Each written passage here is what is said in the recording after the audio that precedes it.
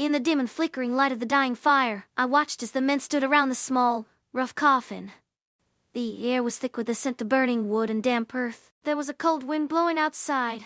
It would rain in the night. I had hoped to be done by then, but the weather was against me.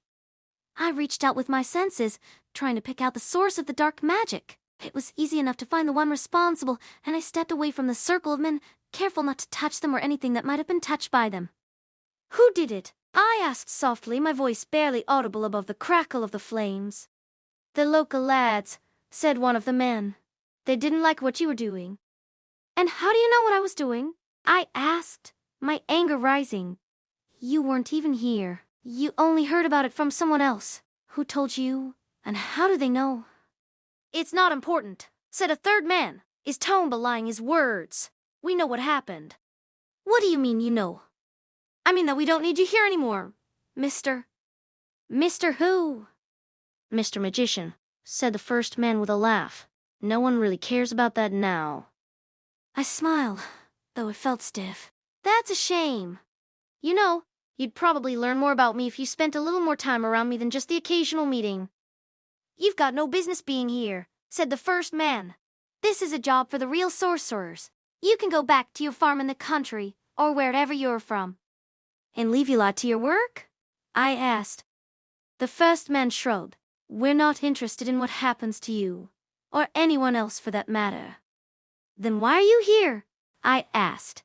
"Why does it matter? We're not going to help you get rid of the thing, are we?" I shook my head. "You're not interested in that either, I suppose?" The man laughed. "You must think us fools.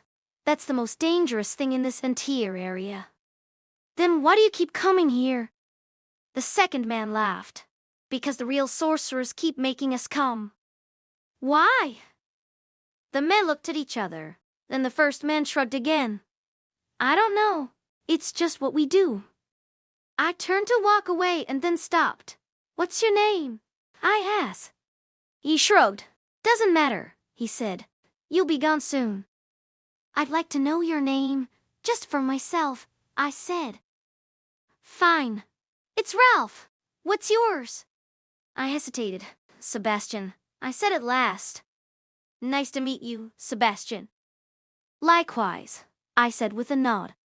I walked back into the farmhouse and went straight up to bed. I had been awake for more than 24 hours straight, and my body was starting to protest, but I was too angry to sleep. I needed to be ready to leave early in the morning. The men might have left already, but I wasn't going to wait around to see if they had. I took off my boots and my trousers, then slipped between the sheets of my bed. It had been a long day and I was tired. My head was starting to clear a little. It wasn't that the men had done anything to me, but they had insulted me. And worse, they had insulted my art. I sighed softly. I should have expected it. No one wanted magic anymore. They wanted science and reason and rationality. And that made me angry because it meant they weren't looking for anything that would improve their lives, which was what magic was supposed to do. Instead, they wanted magic that would make their lives easier, so that they could have less responsibility and work less hard. And that was a huge mistake because magic is never as easy or convenient as they thought it would be. It always comes with a price, and that price is always paid in blood.